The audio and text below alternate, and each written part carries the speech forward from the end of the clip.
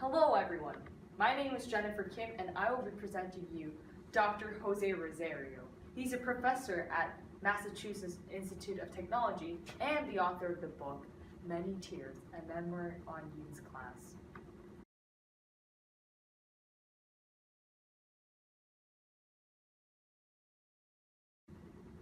Dr. Rosario's research focuses on why math is so damn hard and how we can get over our feelings of inferiority in the subject. Today, he's here to talk to us about the Fourier transformation, which he considers one of the most important equations for us to understand. So without further ado,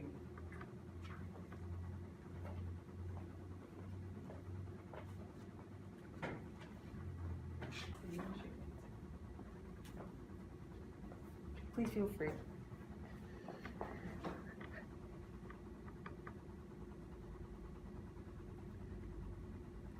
I want to talk to you today about pieces. Specifically, how different little pieces come together to make a recognizable whole.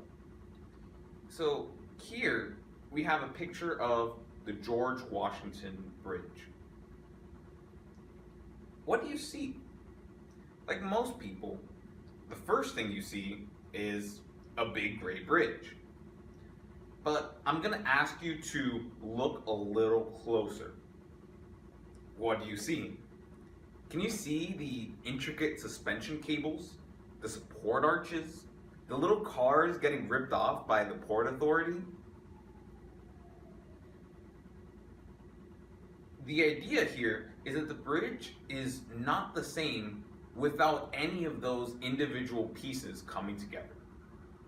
Conversely, if you want to make a bridge, well, you put together steel beams, some suspension cables, and so on. In other words, there's this intimate connection between a whole and the pieces that constitute it. So what we've just done here, breaking apart this whole thing into its constituent components, this is one of the most incredible insights that we can make, this insight of analysis. And in fact, it has a mathematical analog, which just happens to be the subject of today's talk, the Fourier transform. For the curious ones among you who may care to look it up, you'll probably find something scary looking like this. It says, the Fourier transform decomposes a function of time into the frequencies that make it up. That's a mouthful. And you'll probably also encounter some frightening images of some funky symbols and letters that look kind of like this.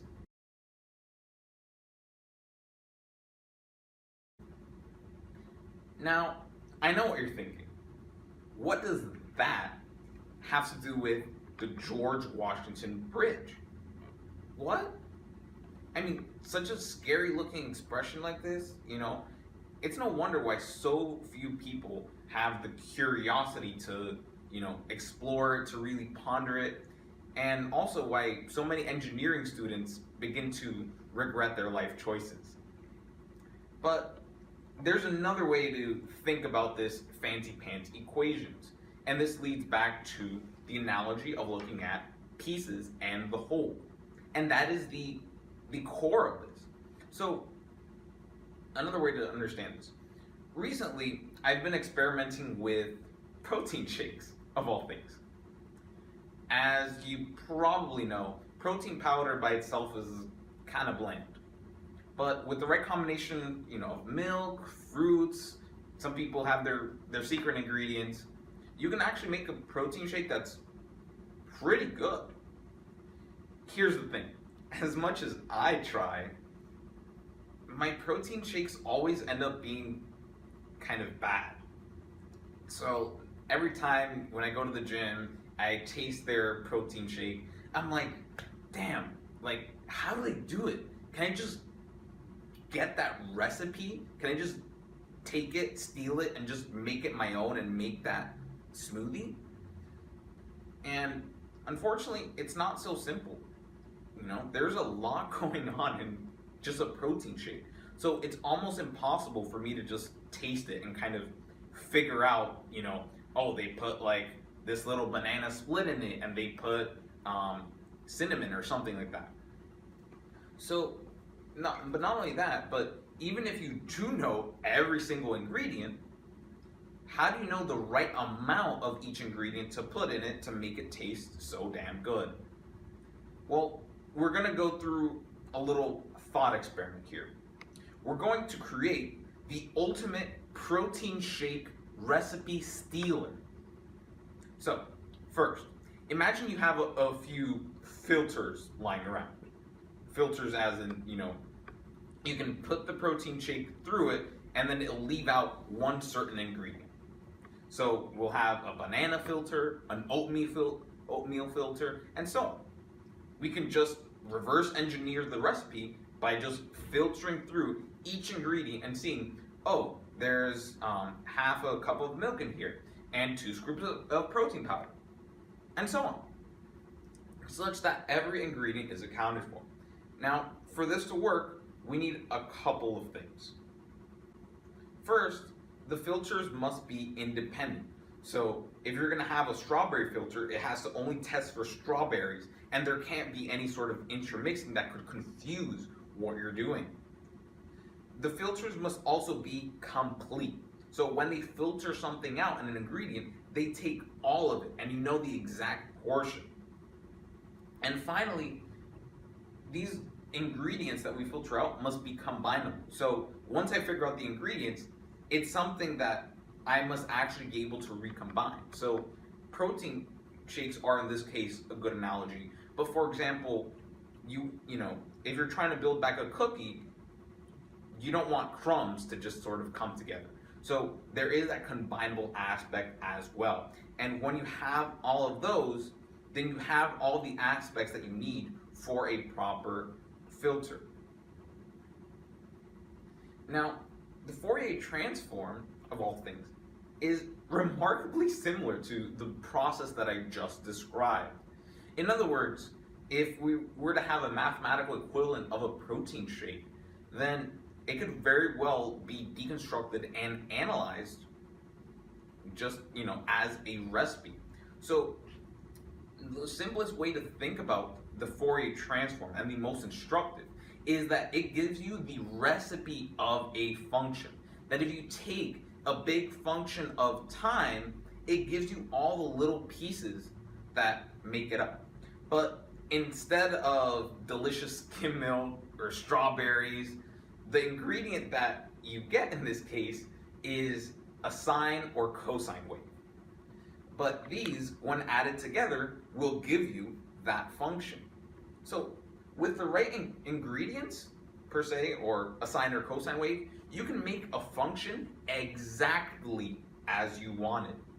Conversely, you can figure out the recipe of each function to figure out all of the different sine and cosine waves that make it up. And this isn't just some interesting insight that's just kind of there. This concept actually has truly remarkable and incredible applications to our everyday world that you might not even notice. And this is an example because I know this applies to everyone. Say you're recording your new mixtape, and as everyone knows, your songs are fire. They're absolutely, don't plug in the aux cord. But when you're recording in the studio, there were some background noises, maybe a little bit of breathing that are kind of cramping your style. And your mic picks all of this up, and it's all in that audio file. So then, when you're sitting with your producer in the studio, you kind of want to take care of that. So what do? Well, what you can do, and this is exactly what the editing software does, is that it breaks up that entire one audio file into its different pieces, into, quite literally, sine and cosine waves, as information. And then what it does is that it takes out the parts that you don't want, so your mixtape won't have the awkward breathing or any other noises that you don't want. And then once you take those away, you recombine it into a new audio file that is more perfect and more fire than anyone ever expected. And how is this accomplished? Very simply through the Fourier transform. This is a direct application that allows, the world to hear it. But not only that, but also on the other hand, your fans, when listening to your mixtape, do the same thing. They actually also use the Fourier transform. So when your mixtape finally hits the airwaves, the radio in cars use, you guessed it, a filter on these radio waves to tune in to your beat. So let's think about that. Whenever you're dropping a mixtape, the Fourier transform is used to create it and is used to hear it, all through figuring out the difference between the whole and the parts that make it up. But even on a more serious note, the Fourier transform is even saving lives. So, for example, seismologists, what they do, one of the things that they study, is that they look at earthquake vibrations, which are, just this whole piece of, a wave traveling through the ground, and they actually decompose that into the different vibrations that make up that one big earthquake waves. And so what they do is that they look at buildings that are weak to certain parts of those waves, and they can design buildings in a way that they can withstand these better. So in other words, due to the Fourier transform, there are buildings right now that are not collapsing to any earthquakes because they are able to detect the piece of that earthquake, the ingredient in that earthquake that they are susceptible to. And so, as you can see, I hope with this that I've opened, our minds just a little bit into the wonders of looking at things in a little more detail, So the next time you see something, don't just think of it as the whole idea or concept. Look at it as the individual pieces that make it up, and how each of those pieces are an important ingredient in the whole recipe of that. Thank you.